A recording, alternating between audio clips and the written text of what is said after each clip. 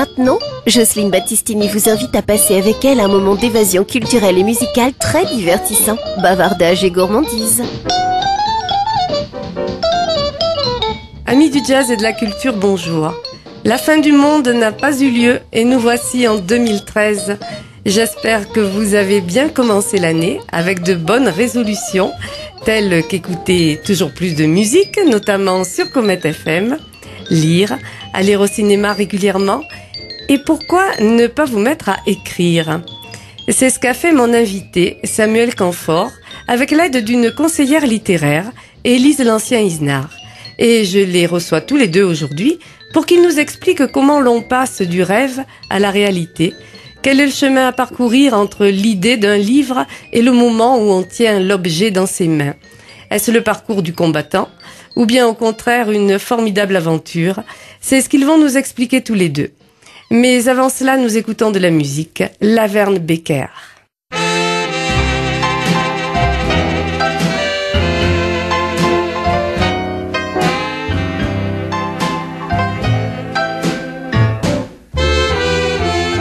My heart is aching, slowly breaking day by day. Now something tells me I can't go on this way. I had a bad deal, now you know how I feel. I'm in a crying mood. My baby, he left me crying all alone. No one to tell me I'm his own. My life is so blue, just look what I've been through. I'm in a crying mood.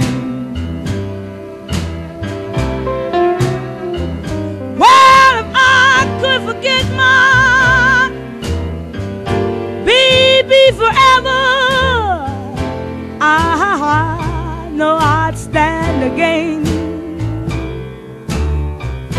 But that's so hopeless, oh, so very hopeless. Oh, but the memory still remains. Life don't mean nothing to me anymore, till I start knocking on my baby's door. My heart is so gone, I'm so all alone. I'm in a crying mood.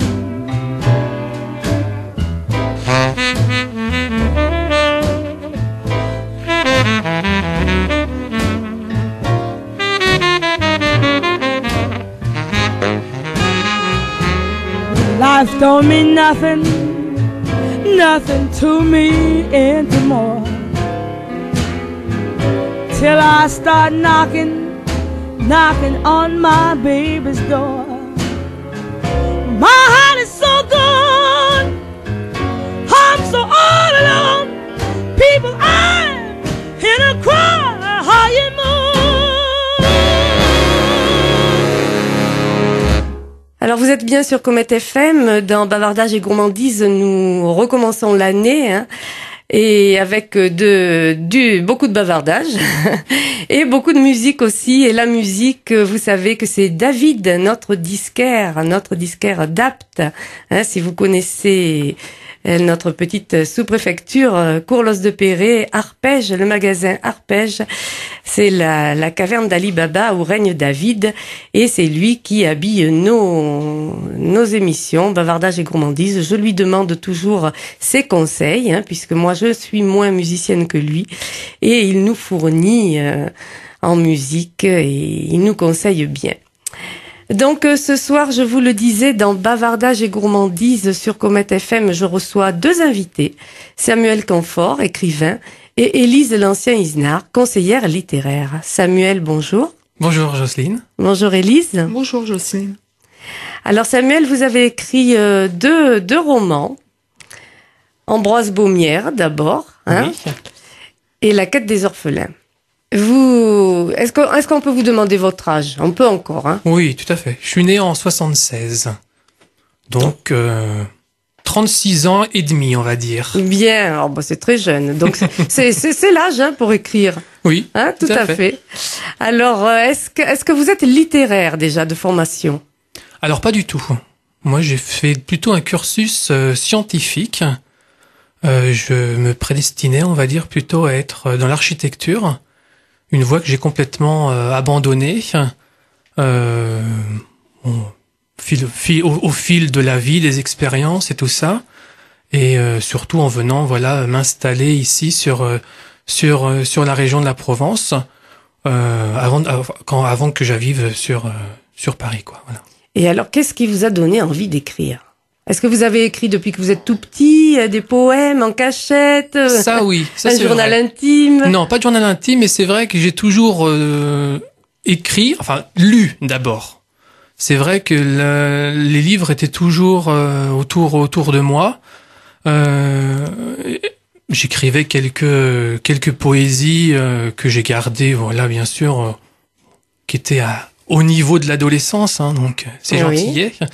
Mais c'est surtout une rencontre que j'ai fait avec Élise, qui m'a donné envie d'approfondir, voilà, ce que j'avais en moi, pour pouvoir mettre des idées sur papier. Oui, parce que ce n'est pas bon écrire un livre. Beaucoup de personnes écrivent, hein, de nos jours. Oui. Beaucoup de personnes éditent, et on en rêve tous un peu, mais c'est pas si simple, ce n'est pas si facile. Mais il faut Hein? réaliser ses rêves, tout simplement. Oui, mais il faut s'en donner les moyens. Oui, il faut des moyens, du temps. Moi, ce qui m'a permis de m'engager, voilà, à écrire un premier bouquin et après un deuxième roman, c'est le temps aussi. Voilà, j'avais du temps.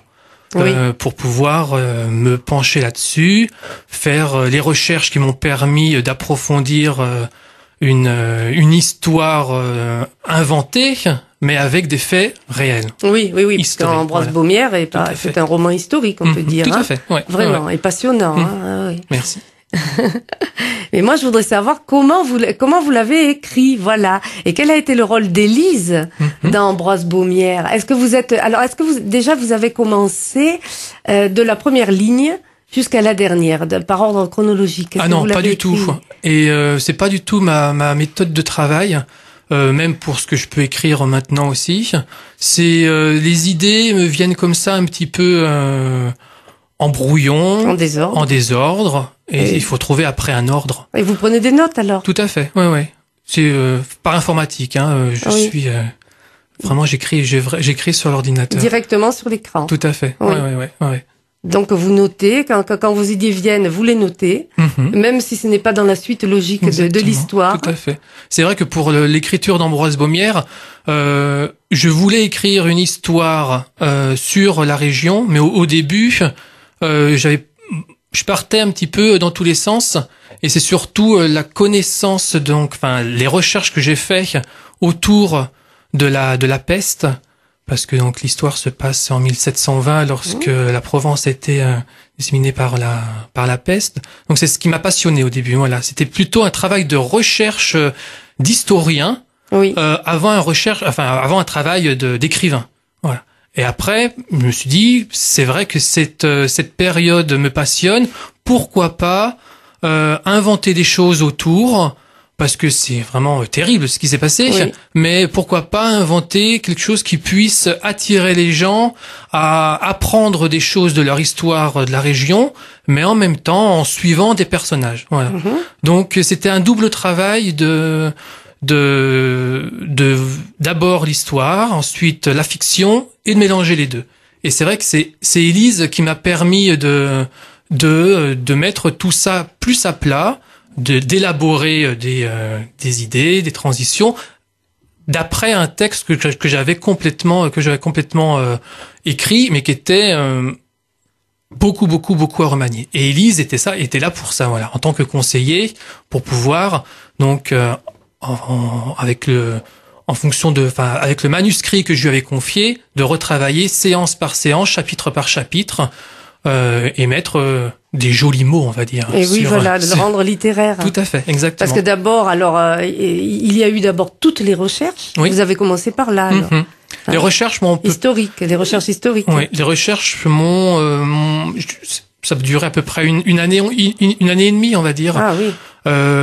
Avec, des rencontres de personnes qui m'ont raconté, ce qu'ils savaient de l'histoire de la région et de la peste.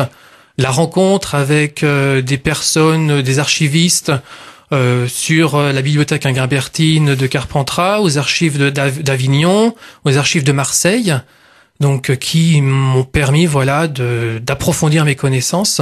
Et c'est ces rencontres-là qui ont enrichi le texte, la fiction, on va dire. Voilà. Alors c'est vrai que le livre est très très bien documenté. Très fourni. Ah oui, vraiment extrêmement sur la peste, sur cette épidémie de peste, comment elle est arrivée en Provence. Oui, avec le Grand Saint-Antoine. Le Grand Saint-Antoine. C'est le début. Oui. C'est un bateau qui rentre dans Marseille et un bateau de commerce. Oui.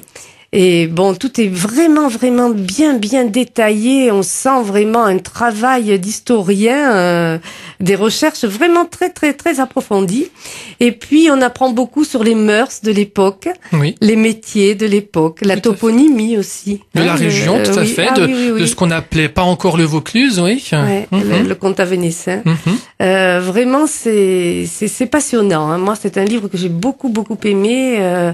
J'en avais entendu parler, évidemment, la peste, on en a beaucoup parlé, mais je crois que jamais je n'étais tombée sur un document si bien documenté, Donc, voilà, et puis les métiers, les outils employés, les villages à l'époque, comment les gens vivaient.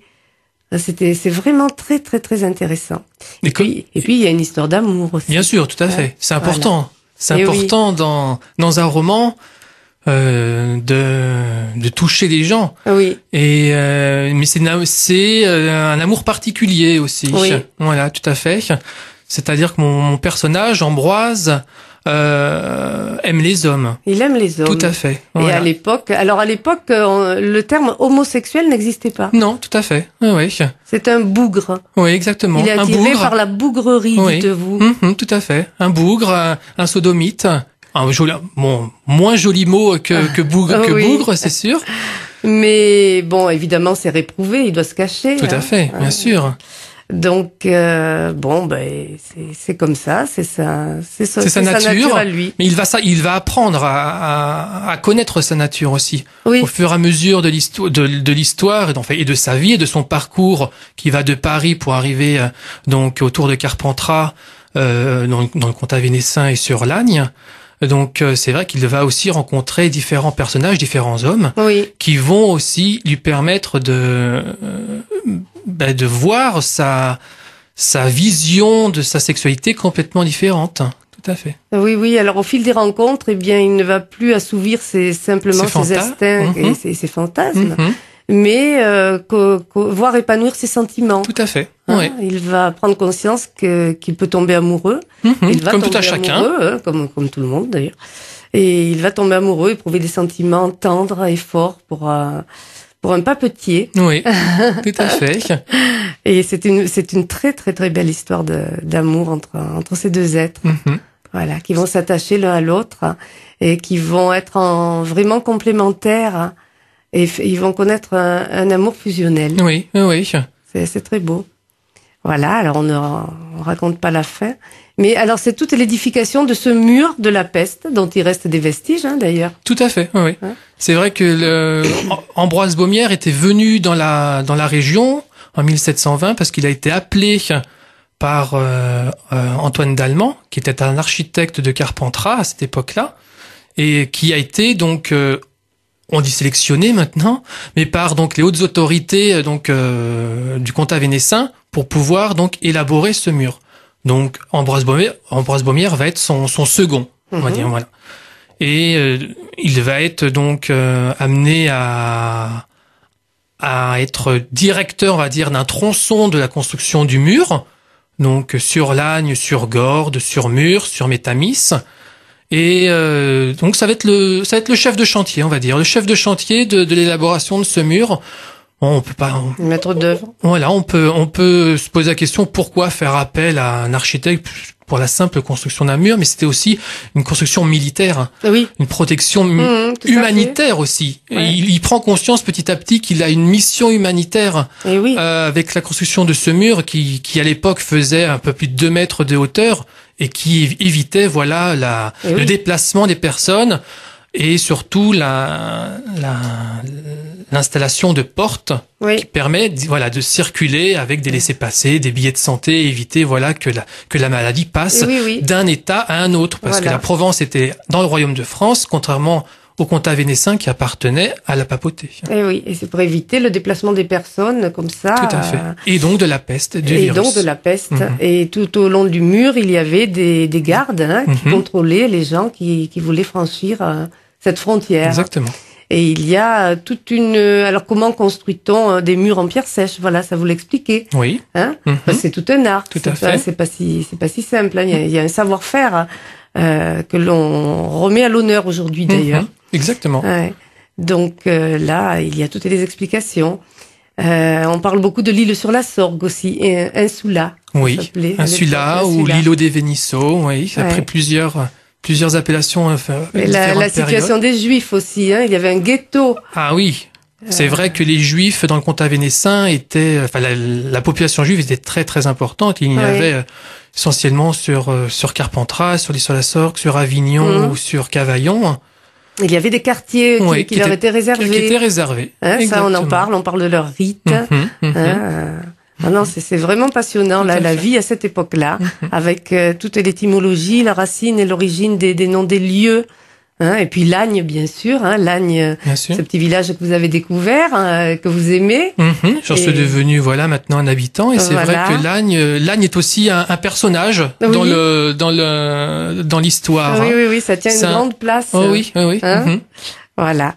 Donc, alors pour écrire cette histoire, l'histoire de ce mur, l'histoire d'amour entre ces deux personnages, il a fallu toutes ces recherches historiques. Bon, ça vous les avez faites. Et après, il avait fallu, comme vous dites, broder autour, faire une histoire cohérente et qui touche les lecteurs. Mhm. Hein, et c'est là que vous avez demandé l'aide d'une conseillère littéraire. Tout à fait. Mhm. Alors, qu'est-ce qu'elle vous a apporté, Élise? Elle m'a apporté surtout au début de notre relation. Hein, donc on se connaît maintenant depuis fin 2007. Élise m'a aidé au début à construire, à faire une sorte de biographie, on va dire, au début. C'est comme ça qu'on s'est connus. Voilà, au tout début, vous vous êtes connus parce que vous aviez émis le souhait, Samuel, d'écrire votre biographie. Oui. Si jeune, Une Là, biographie vous ou êtes jeune, une mais partie, voilà. un changement de vie qui était une tranche de vie qui était importante pour moi et je voulais la mettre en mots. mhm, Donc c'est-à-dire que on a vraiment travaillé là-dessus. Pendant qu'on travaillait sur cette biographie, j'avais commencé à faire mes recherches pour Ambroise Baumière et là j'ai lancé l'idée à Élise donc de retravailler mon manuscrit. Donc je lui ai laissé pas mal de feuillets, et donc on a travaillé chapitre par chapitre pour restructurer les choses. Elle m'a beaucoup aidé là-dedans, ça c'est vrai. Alors Ouais, ouais. comment s'y est-il pris, Élise? Il vous a donné tous les feuillets en vrac. Tiens, débrouillez-vous, mettez Non, tout en ordre. C'est pas tout à fait comme ça puisque tout est sur ordinateur. Donc on a transféré les fichiers d'un Oui. ordinateur à un autre et donc on a décidé de travailler. Moi je voulais pas lire l'histoire. L'histoire d'un seul était bloc. construite. Ouais. L'histoire était construite. Ah Je oui. ne voulais pas la lire dans sa totalité. Donc je lui ai dit, je préfère travailler chapitre par chapitre. Parce que ça me permet de faire évoluer les personnages. Que si j'avais lu l'histoire en entier, je pense que les personnages, je les aurais appréhendés d'une autre manière. D'accord. Donc vous les avez découverts. Je les ai pas à découverts. pas. Donc ça m'a permis de leur donner un peu plus vie. Enfin, bon, dans ma structure littéraire, on va dire. Samuel avait bien sûr donné vie à ces personnages, mais donc de les retravailler et de les faire évoluer d'une certaine manière. Et comme j'avais un regard un petit peu extérieur, puisque je n'avais pas l'histoire, je l'avais pas lu entièrement, donc ça nous a permis de voir un autre éclairage pour les personnages et de dire tiens de bougre qu'il était justement Ambroise au départ, de le faire évoluer vers des sentiments, et à la fin du livre il est vraiment très amoureux, quoi. Oui. Alors qu'au début il assouvi ses fantasmes et ses instincts, ses pulsions, sa sexualité, tout à fait. Tout à fait. Donc ça nous a permis c'est pour ça que j'ai voulu travailler chapitre par chapitre pour avoir l'esprit neutre. Alors donc, comment ça se passait donc puisque vous étiez à distance, puisque Élise vous habitez sur Apt et oui, c'est pas très loin Lagnes, mais enfin quand même. Donc une fois j'allais travailler chez Samuel et une fois il venait travailler à la maison, donc on a échangé assez souvent à la maison parce que je travaille sur 2 écrans. Donc c'était aussi le côté un petit peu plus pratique. Mais voilà, donc petit à petit ça s'est construit, on s'est bien trouvé à travailler à 4 mains, enfin je veux dire chacun exposant vraiment très sincèrement et sans arrière-pensée ses idées. Oui, je vois plutôt ça comme ça, je vois plutôt ça comme ça, et ça s'est construit très très facilement, quoi. Donc bien sûr, j'ai pas tout à fait le même âge que Samuel, donc une expérience littéraire qui était différente, un amour aussi des lettres, pas forcément des mêmes périodes, donc je me suis retrouvée, on a retrouvé des vieux mots et tout. Et moi j'adore les vieux mots, et ils me sont revenus. C'est vrai, j'étais assez étonnée, ils me sont revenus instinctivement. Ah oui, c'était les souvenirs. Bon, c'est vrai que je suis très balsacienne, donc ça permet d'avoir voilà. Mais non, au niveau du travail, que dire de plus que de on a fait évoluer le livre de cette manière-là, en le retravaillant chapitre par chapitre pour arriver jusqu'au mot fin. Et alors Samuel, est-ce que ça vous convenait quand elle retravaillait un chapitre? Est-ce que vous disiez oui, c'est bien, c'est bon, on le laisse comme ça, ou est-ce que vous apportiez encore Il y a toujours des modifications à faire, mais ce qu'apportait Élise était ça me plaisait. Oui. Donc on peut toujours modifier des choses dans un roman, c'est infiniment, c'est infini, on peut. Mais non, c'était toujours l'osmose entre nous deux. On arrivait on arrive toujours à se comprendre, à aller vers la même direction, et ça c'est très très très constructif. Oui, tout à fait. Ouais. Puis je pense qu'aussi en ayant un regard extérieur, puisque toi tu étais dans l'histoire, ça permettait d'avoir une certaine pertinence par rapport à des situations que on n'avait pas forcément vu au premier jet. On n'a pas de recul quand on écrit. De dire non, ça c'est pas possible, ou de faire évoluer. C'est pour ça que je voulais pas m'encombrer l'esprit. Et je sais pas pourquoi. Dès le départ, j'ai dit non, je veux pas le lire comme le deuxième. Comme le deuxième. Mais c'est un échange. C'était vraiment un échange. C'est mieux. Voilà, c'est mieux, et ça permettait, puisque Samuel, d'avoir travaillé dessus, d'avoir écrit en cachette pendant que j'écrivais sa biographie. Oui. Mais c'était une grande surprise quand il me l'a dit, donc c'était très agréable. C'était mieux de faire comme ça, je pense. Parce que sinon je pense que peut-être j'aurais eu le même regard, j'aurais eu la même perception des personnages que toi. Et en fait, le fait de les avoir découverts au fur et à mesure et de les faire évoluer au fur et à mesure, ça nous a apporté autre chose. Plus. Pas autre chose, mais puisqu'on n'a pas changé le caractère des gens, mais pour les faire évoluer, c'était plus facile. C'est comme dans la littérature ou le cinéma. Quand on connaît pas la fin de l'histoire, on est neutre, on est plus vierge de faire fonctionner son imagination complètement différemment. Alors, Élise, vous qui êtes alors vous n'êtes pas très âgée, mais vous n'êtes pas de la même génération que Samuel. Vous êtes de la mienne. Oui. Parce qu'il faut quand même dire, on est obligé d'avertir le lecteur que les scènes d'amour sont assez torrides entre les deux protagonistes, hein, entre Ambroise et Joannis. Et Joannis, son amoureux. Voilà. Alors, Samuel, vous avez mis le désir d'être très très précis dans les descriptions de ces scènes d'amour. Et elles sont très crues, hein, voilà, si on veut savoir, mais comment ça se passe entre deux hommes, alors là, on sait tout. J'en ai même rajouté. Il faut même mettre le carré blanc. Oui, c'est vrai. Attention. Non, c'est C'est une histoire ça peut érotique. heurter, Tout à fait. Plus qu'érotique. Plus qu'érotique. C'est hein. plus qu'érotique. On peut parler, voilà, de pornographie. Entre guillemets. Tout à fait. Hein, Oui, mais tout à vraiment, fait. la sexualité est décrite dans tous ses détails. Alors, Élise, qu'est-ce que vous en avez? Est-ce que ça ne vous a pas choqué? Pas du tout, non, puisque j'ai même apporté certaines modifications. Ah! Oui, Mais- le point de vue d'une femme est mais- important. La coquine. Nous ne dirons pas quoi. Des choses qui n'étaient pas possibles. Voilà, donc. Techniquement. Tu t'en souviens? Oui, oui. Et, non, Ouais, non, ouais, on se ça faisait m'a- des schémas. Non, en plus. On n'a pas testé non plus. Hein. Mais non. De toute façon, quand on travaille sur ce type d'ouvrage, bon, je veux dire, ça m'a posé aucun problème. Bon, je veux dire, par rapport à mon vécu et tout, je veux dire, ça m'a posé aucun problème. J'étais là pour faire un travail littéraire et comme je suis très, comment dire, j'imagine très très bien les situations, quelles qu'elles soient. Bon, là, on Très parle bonne scénariste. on parle d'érotisme, mais bon, il y a pas que ça. Et c'est vrai que je vois très bien. J'ai tout de suite une vue d'ensemble Une scène. d'une scène, Ah ben quelle là, qu'elle c'est soit. très visuel. Et donc, et c'est pour ça que, en plaisantant, mais c'est une réalité, j'ai apporté des modifications plus précises par Encore. rapport.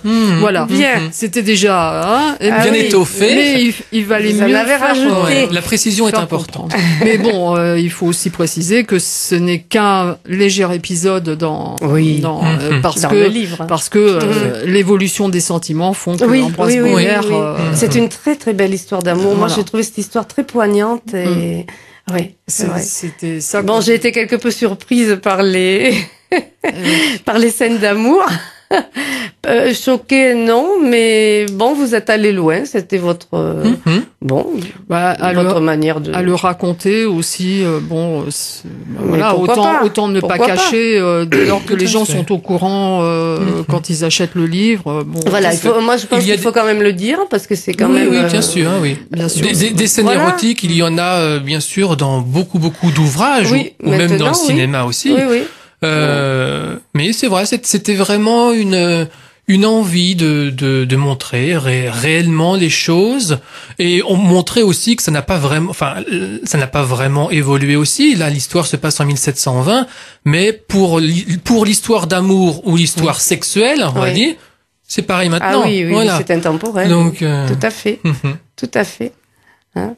Donc voilà, en parallèle à cette peste qui dévaste la région, la Provence, eh bien il y a deux hommes qui s'aiment et qui vont apprendre à se connaître sexuellement et intellectuellement. Bien sûr, Hein ils sont chacun un domaine culturel aussi Oui. important parce Oui, que oui. Ambroise est maître maçon et Joannis est maître papetier Oui. sur Vaucluse, qu'on appelle Fontaine de Vaucluse maintenant. Et c'est vrai que c'est un échange aussi. L'un et l'autre vont se connaître aussi culturellement. Ils vont avoir aussi besoin l'un de l'autre pour Mais ils évoluent. Oui, pour chacun évoluer, de- pour Tout à fait. pour avancer Chacun. sur leur chemin. Mhm, Bah, tout à fait. c'est très beau, vraiment. Oui. C'est. Moi, je trouve que c'est une très belle histoire d'amour. Oui, moi aussi. J'ai été très touchée. Mais est-ce que les histoires d'amour finissent mal? Ça. Il En faut lire le général. livre. Et il faut lire le livre. Mais non, faut pas être pessimiste, je suis. Voyons. Non. Alors, ce qui est intéressant aussi dans ce livre, c'est le point de vue médical, parce qu'évidemment, on est complètement démunis face à la peste, hein, puisque le vaccin ne sera découvert qu'à la fin du 19e siècle. Donc, Oui. Et il y a l'Église, hein, le poids Très, très de importante, culpabilité. bien sûr. Si ce fléau arrive comme ça en Provence, eh bien, c'est de la Dieu. faute. Voilà, c'est Tout Dieu à qui l'a fait, envoyé pour exactement. punir les hommes. Pour punir les hommes. Voilà, donc beaucoup de processions. Il faut demander pardon. La différence saint. Voilà. On s'en remet à Dieu, en fait. Il y a Bien que sûr. lui qui peut arrêter cette épidémie. Tout à fait. Voilà. C'est sûr. Et les gens le croient, hein, Bien vraiment. Hein. Mhm. Ils Ils croient n'avaient pas que, les outils pour pas y croire. en à l'époque, portant bien sûr. juste un signe sur leurs habits, que ça Tout à va fait. arrêter la maladie. Mhm. Donc, bon, bah évidemment. On isole les personnes qui sont malades. Oui, bien il y a sûr. quand même. Oui, il y a quand même des comment dire, des moyens à employer.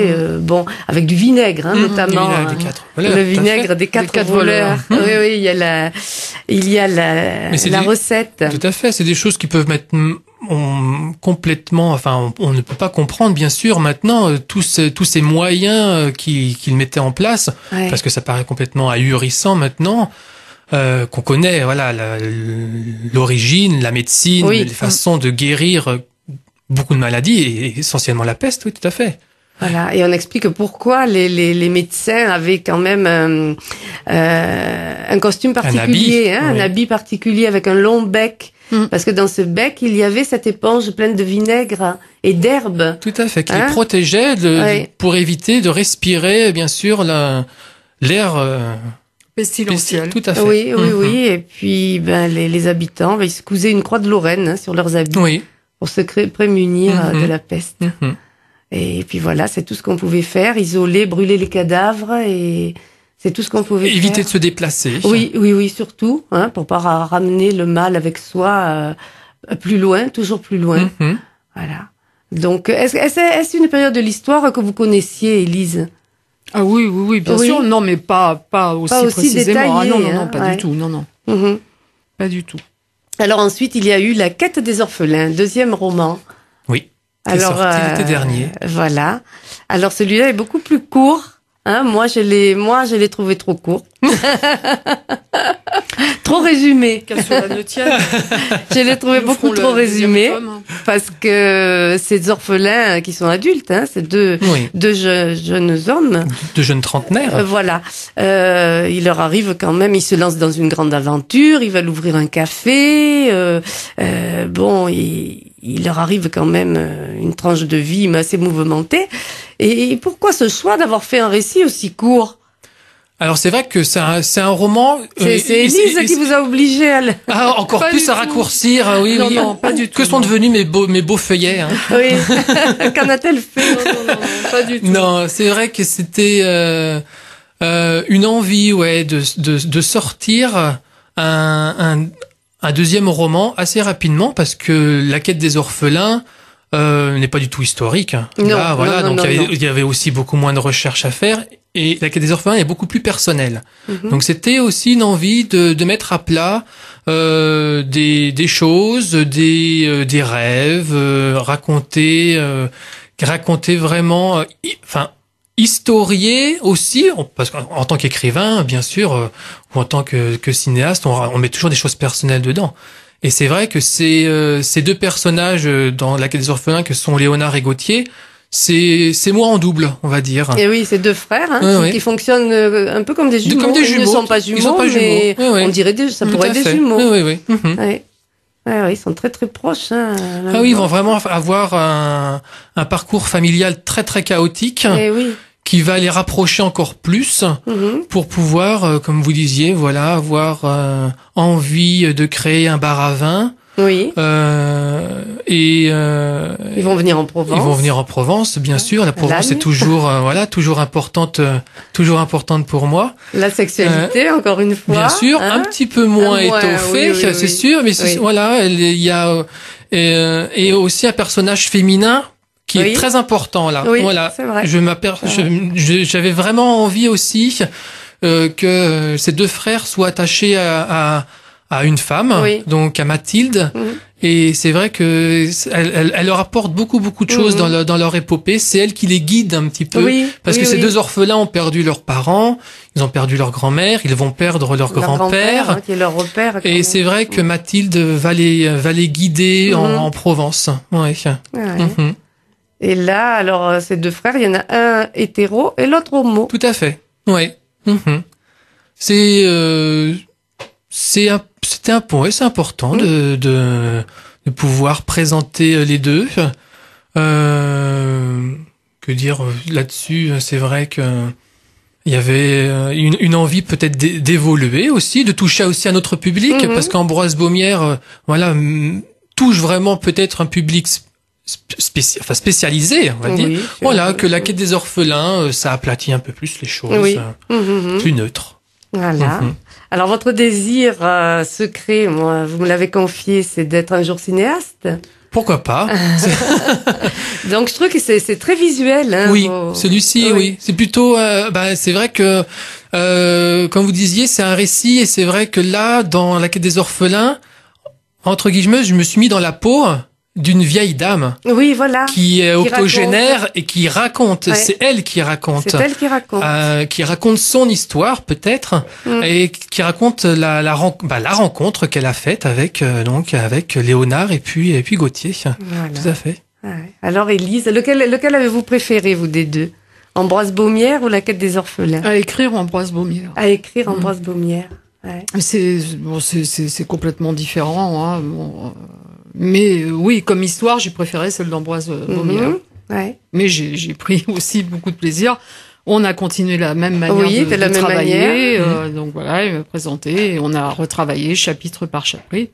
On n'a pas changé, une équipe qui gagne.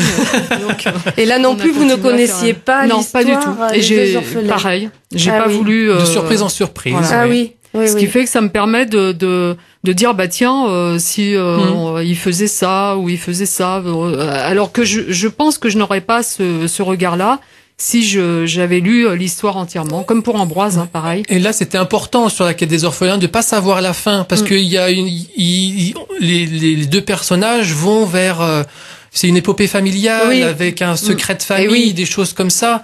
Donc voilà, il faut rester neutre aussi. Oui, c'est oui. important de pas savoir la fin pour faire évoluer avec des jolis mots, voilà, l'histoire. Mhm. Alors une fois que le livre est écrit, donc le premier livre que vous aviez écrit, voilà, vous l'avez écrit, ça y est, il est fait, il est fini.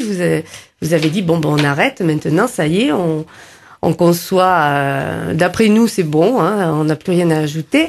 On va, il faut qu'il sorte, il faut qu'il se vende. Oui, il faut faire connaître l'histoire. Et oui. voilà, comment l'éditer? Alors là, vous l'avez édité à compte d'auteur. Alors encore mieux peut-être, c'est en auto-édition. Auto-édition. En auto-édition. Voilà. Donc tout à vous fait. êtes adressé à un imprimeur Exactement. directement. Voilà, une Hein société d'impression En qui ligne. En ligne. et qui nous permettait voilà de pouvoir faire aussi notre plaquette personnelle, notre pagination personnelle. C'est vraiment un travail à 100% personnel Oui. où là l'imprimeur est juste là pour imprimer. Oui, hein. voilà. Hein, oui, Et c'est important pour moi l'auto-édition pour pouvoir aussi vendre et proposer ses produits et Oui. son histoire soi-même. Parce que c'est important d'aller vers les autres soi-même plutôt que de faire appel aussi à des tierces personnes Oui. ou des tierces sociétés. Hein. C'est très passionnant. Oui, tout contrôlé de A à Z. Oui, parce Hein on le vend en rencontrant les gens, en faisant des interviews comme aujourd'hui, en participant à des rencontres dédicaces, en allant directement dans les librairies et en vendant aussi via Internet, parce que c'est aussi Oui. comme ça que on peut se faire connaître en Alors, France quand- et à travers le monde. Alors quand vous participez à des rencontres dédicaces, au salon du livre, fête du livre, est-ce que vous y allez tous les deux? Oui, c'est vrai. On a continué à travailler ensemble. Le travail est devenu une amitié depuis très très Eh longtemps. parce que aussi Élise ayant aussi écrit un livre, bon là, vous vendez permet chacun vos ouvrages. Tout à fait, voilà. Mais ensemble. Les deux font la force. Toujours. Oui. Indissociable. Oui, c'est vrai. Oui. Et ça, pour ça, on s'entend merveilleusement bien pour ça. Oui. Oui. Très bien. Bah, écoutez, alors là, vous êtes sur un 3e ouvrage, d'après ce que j'ai cru comprendre. Vous avez encore un projet Alors, en cours? Oui, mais ça, on le garde. Non, parlez Comet pas. FM aura la primeur quand nous aurons j'espère. terminé notre projet. Voilà. Bien. Vous reviendrez en parler. Tout à Voilà, fait. Hein? absolument. Bien. Alors en attendant, moi je vous conseille vraiment les 2 livres écrits par Samuel Camfort, écrits à 4 mains. Il y a que Samuel Camfort sur la la oui, couverture. mais il y a des très chaleureux remerciements à l'intérieur. Vous n'avez pas fait comme Willy et Colette. Donc ça a été écrit à 4 mains, mais bon, c'est quand même le livre de Samuel. Ambroise Baumière et La quête des orphelins, les deux. Moi, je vous conseille les deux. Alors, à savoir, Ambroise Baumière, attention, carré blanc, ne le laissez pas traîner. Interdit au moins de 16 ans. Près des petits enfants, voilà. Quoique, maintenant, les enfants en savent beaucoup, mais enfin, quand même. Oui. Réservé aux adultes. Mais c'est une très, très belle histoire. Vraiment, croyez-moi.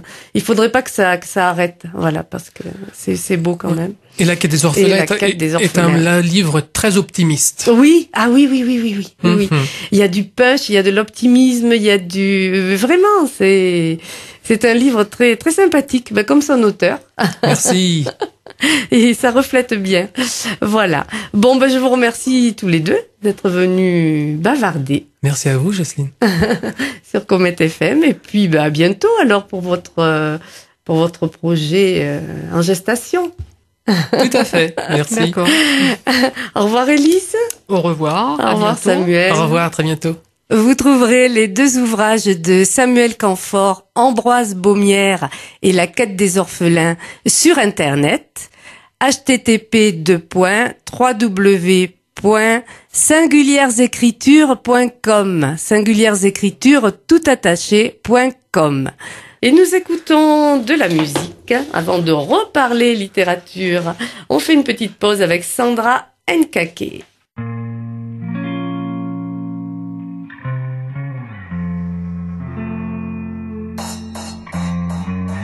You are lost inside.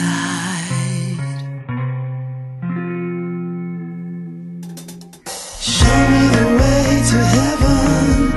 I feel fine. You're so kind. Show me the way to heaven.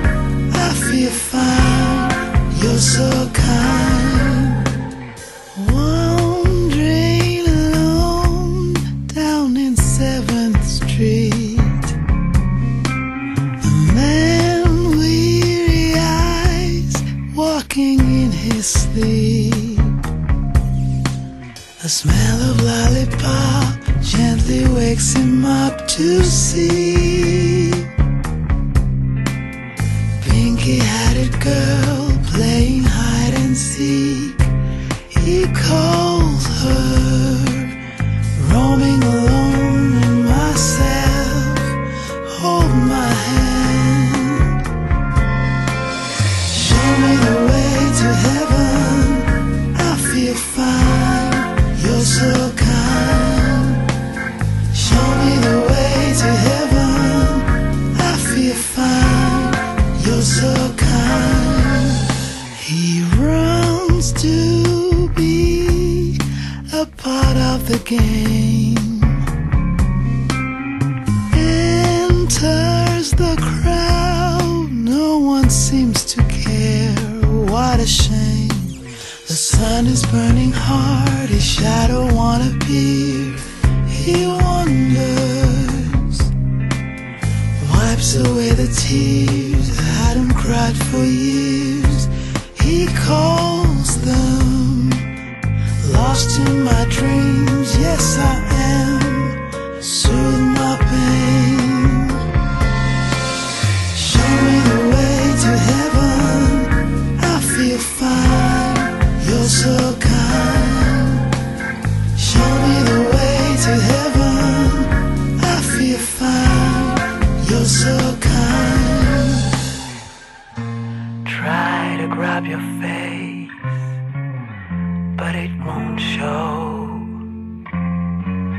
You are lost inside. No one knows. Questions that fight heavy in his mind. How long has it been locked inside? A world so bright and clear, faces disappear. Oblivion, a place that no one sees, wandering souls, illusion. Talking alone with myself, take my soul. Show me the way to heaven, I feel fine, you're so kind. Show me the way to heaven, I feel fine, you're so kind. Vous êtes bien sur Comet FM dans Bavardage et Gourmandise. Ce soir, il a été longuement question avec mon invité Samuel Camphor et son livre Ambroise Baumière de la peste. Ce fléau qui avait ravagé la Provence en 1720, eh bien, de la peste, il en est encore question avec le prix Femina, un roman de Patrick Deville qui s'intitule Peste et choléra et où l'on va suivre le parcours atypique de celui qui a découvert le bacille de la peste en 1894 et qui a permis alors de pouvoir vacciner contre cette terrible maladie. Il s'agit d'Alexandre Yersin.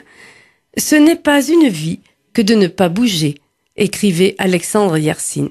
Et c'est avec une curiosité insatiable que le découvreur du bacille de la peste, en 1894, va arpenter la planète, explorer des contrées lointaines et inconnues, naviguer, observer, cultiver, soigner, enseigner. Alexandre Yersin fait partie de la première équipe de chercheurs de l'Institut Pasteur, créé en 1887. Particulièrement doué, il ne se contentera pas de rester cantonné, l'œil vissé à son microscope. Yersin a besoin de partir loin, seul. Né en Suisse, il découvre la mer assez tard et décide de naviguer. Pour cela, il s'engage comme médecin de bord pour les messageries maritimes et choisit l'Asie. C'est le temps des colonies et le Tonkin est sous protectorat français. Entre deux escales, Yersin ne reste jamais inactif. Il visite Saïgon et Manille, étudie l'astronomie. Le voilà donc en Cochinchine, où il fait connaissance d'un planteur qui vit seul, lui aussi. Je vous lis un passage très imagé que j'ai particulièrement aimé. Depuis la terrasse de la maison de Tech sur Pilotis, on surplombe la houle verte de la plantation des poivriers et voit à ses pieds l'eau mugir entre les rochers. À l'horizon, au matin, les montagnes bleues, la rivière où viennent boire les éléphants, les cris des singes et le vacarme des oiseaux. C'est ici qu'il faudrait vivre, se retirer du monde. Après 2 ans de navigation, il quitte Saïgon pour s'installer à Nha Trang, où il va d'abord se faire construire une petite bicoque qui deviendra un véritable domaine. Le voilà maintenant explorateur et arpenteur. On lui fournit matériel, hommes, argent, armes, en lui demandant d'étudier le tracé de nouvelles voies pour le commerce, de signaler des lieux propices à l'élevage, d'inventorier les richesses forestières et minérales. On est alors en pays conquis, mais en partie inconnu. C'est la découverte de l'Indochine. Étonnant parcours que celui de Yersin, qu'il serait trop long d'énumérer, tant l'homme a été curieux et entreprenant.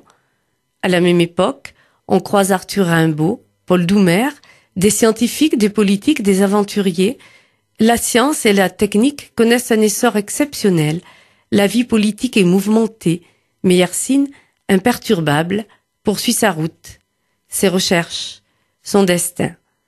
C'est donc un livre passionnant que ce Peste et choléra de Patrick Deville, qui aurait gagné à être un peu plus lyrique.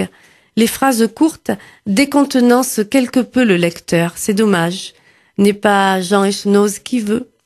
Mais tout de même, il a le mérite de nous faire découvrir une époque, une vie, celle d'Alexandre Yersin, découvreur du bacille de la peste.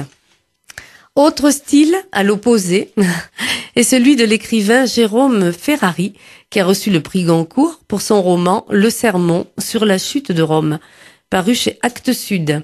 Alors là, les phrases sont particulièrement longues, mais là aussi, n'est pas Proust qui veut, donc le style déconcerte également. Quant à l'histoire, là aussi, on peut établir un parallèle avec l'un des livres de mon invité, La quête des orphelins, puisqu'il s'agit de l'histoire de deux amis d'enfance qui veulent ouvrir un café. Ils sont nés et ont vécu en Corse. Fortement imprégnés de leur culture méridionale, ils vont poursuivre ensemble de hautes études à Paris, à la Sorbonne. Mais après avoir suivi Cagne, Hippocagne et autres études de philosophie, font le choix, curieusement, de revenir au pays ouvrir un bistrot. Pour se démarquer des autres bars du coin, ils emploient des jolies filles, le temps de la saison touristique.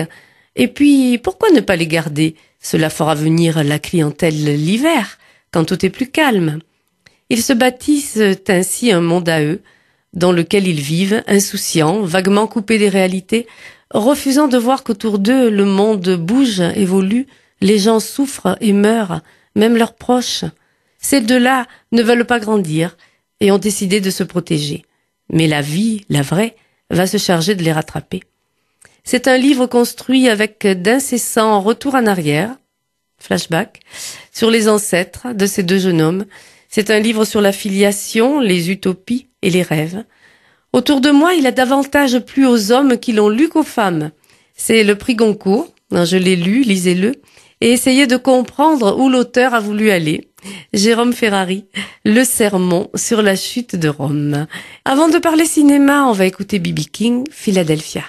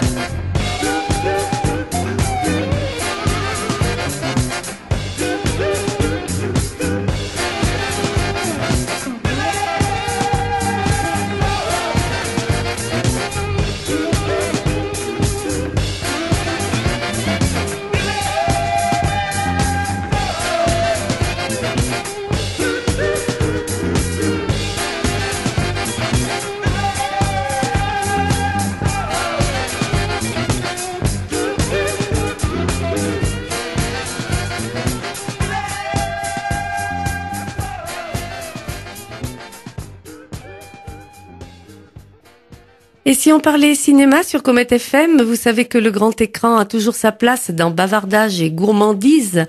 Alors en ce début d'année, je voudrais vous parler d'un film que j'ai eu la chance de voir en avant-première à Apt, en présence du réalisateur. Il s'agit de Foxfire, Confession d'un gang de filles, réalisé par Laurent Canté. Laurent Canté, c'est ressources humaines, l'emploi du temps, entre les murs. Son cinéma traite de sujets lourds en phase directe avec notre société. Foxfire, Confession d'un gang de filles, a été tourné au Canada et en anglais, et le film est adapté d'un roman d'une romancière américaine, Joyce Carol Oates. Comme le roman, donc, le film nous plonge en 1955, au cœur d'un quartier populaire d'une petite ville du Middle West américain. 6 adolescentes vont avoir l'idée de s'unir pour résister aux abus en tout genre dont elles sont victimes de la part des hommes. Pères incestueux sous des allures de citoyens modèles, lycéens harceleurs, profs sadiques, à qui elles comptent bien faire passer l'envie de régenter leur vie. Dans la bande, une fille se distingue. Elle s'appelle Legs. D'allure androgyne, elle est d'emblée beaucoup plus déterminée que les autres et va prendre la tête du groupe. Au fil de leurs aventures, leur détermination s'accentue et se radicalise. Bientôt, elles décident de vivre ensemble, selon leurs lois à elles, mais la vie en communauté n'est pas si simple. Il faut trouver de l'argent et savoir le gérer, faire des choix. Elles sont féministes avant l'heure, foncièrement rebelles, et progressivement, leur conscience politique s'éveille.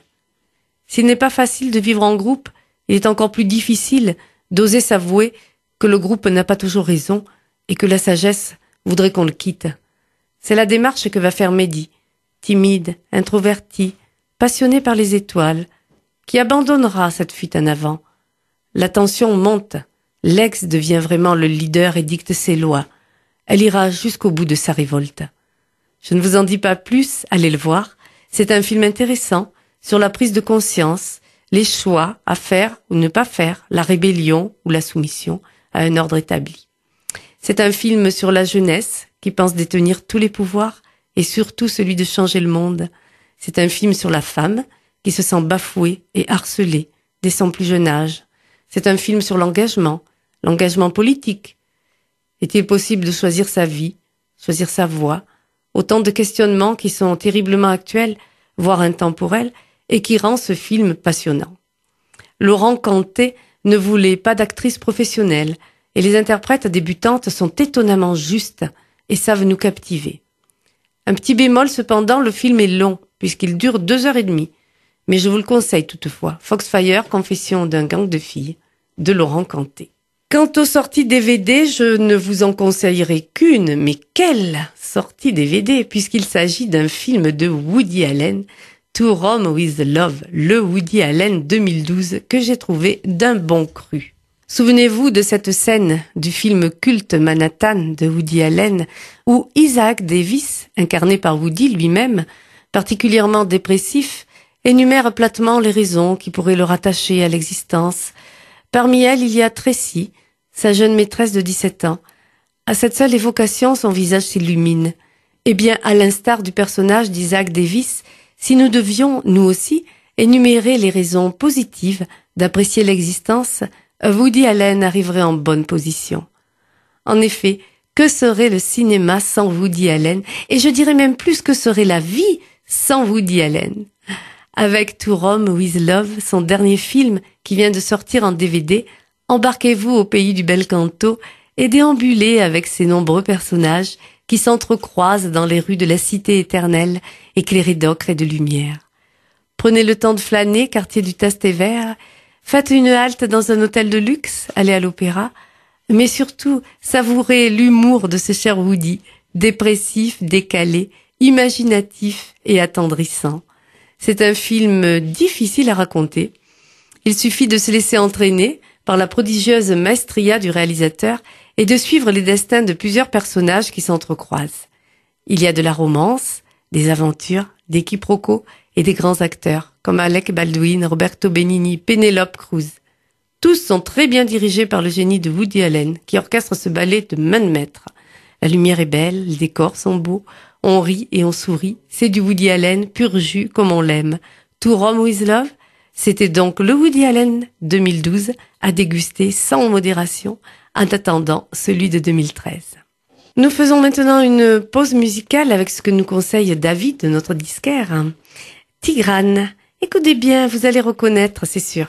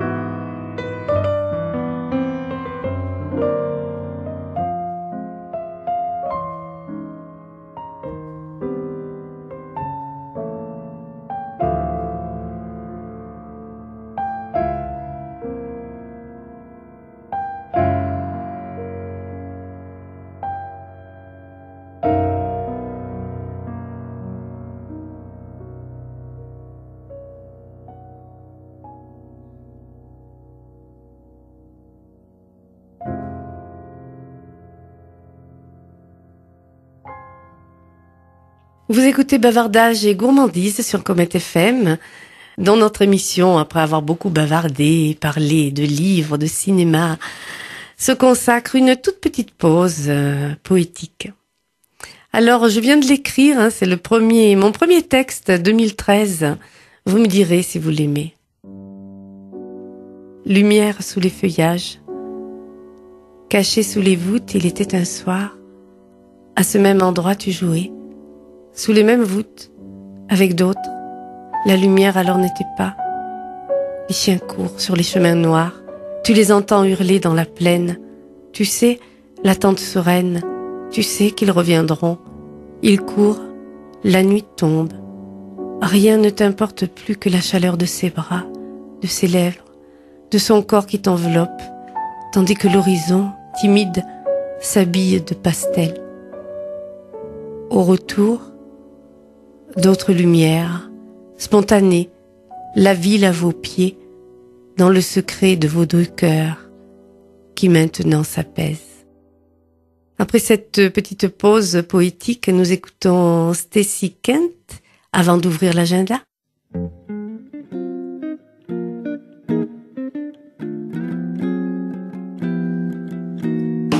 All I do is dream of you the whole night through. With the dawn, I still go on, dream of you. You're every thought, you're everything, you're every song I ever sing. Summer, winter, autumn, and spring. And were there more than 24 hours a day? They'd be spent in sweet content, dreaming away. When skies are gray, when skies are blue, morning, noon, and nighttime too.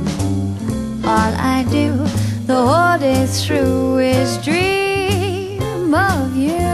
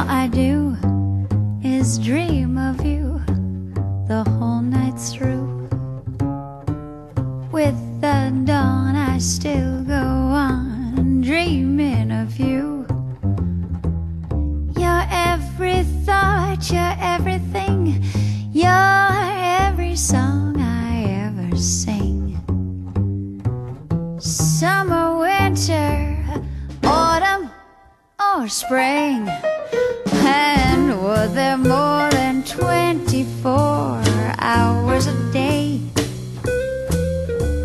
They'd be spent in sweet content, dreaming away.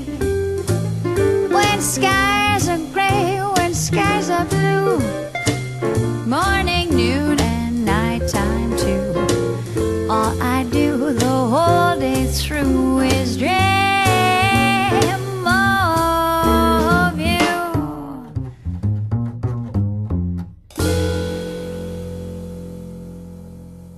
Bavardage et gourmandise se termine toujours par l'agenda Alors je vous donne 2 rendez-vous, seulement 2. Oh, il y en a d'autres, renseignez-vous.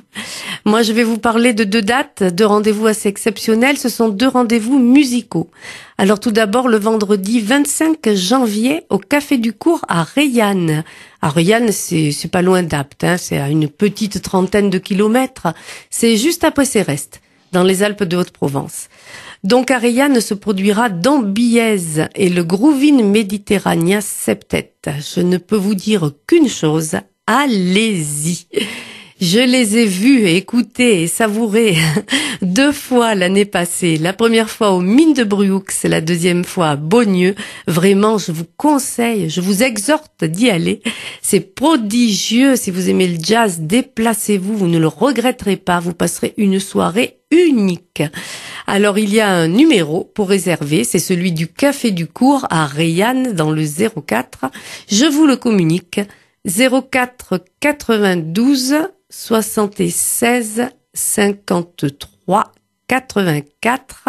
Dambiez, saxophoniste de génie ô combien talentueux, entouré de musiciens non moins talentueux. C'est vendredi, c'est à Reillanne et ça sera super, croyez-moi.